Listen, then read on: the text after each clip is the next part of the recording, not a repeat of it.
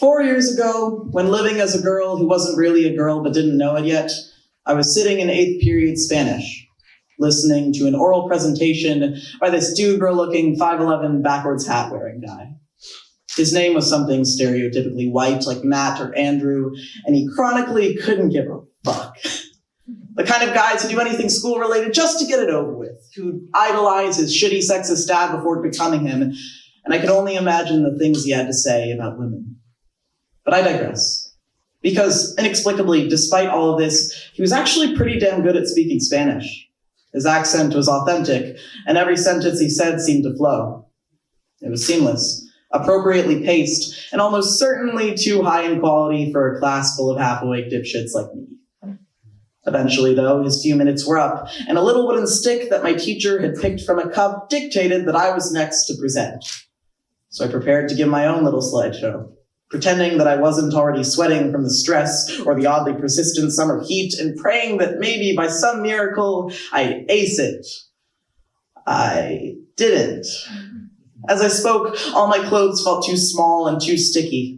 I was itching from my skin to my soul as I stumbled over every last palabra y oración, as I wished I could recede into a state of pre-consciousness before crop tops and my shitty Google Translate word vomit and caring about how I was perceived and most of all speaking.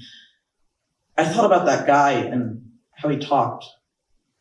How naturally the words would swim up from his chest, emerge from the curtain of vocal cords thicker than mine, fall with impeccable timing into space where his resonators placed them so perfectly it felt hostile to my very existence.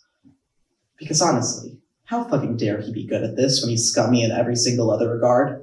He's got the punchable face of a man who has never had to try to be hot but still is. He probably never even reads. Meanwhile, me, I am thinking about the mechanisms of my psychology getting deeper than he could ever comprehend. Sure, he's confident, but for all the wrong reasons, and I would never be so egotistical. You know what? I bet this man just wakes up in the morning and takes a shower. And I bet you that during it, he doesn't even criticize the body he inhabits, just looks at his abs and his well-defined shoulders, and his facial structure sculpted like a statue, and feels good. I mean, he probably just puts on a hoodie.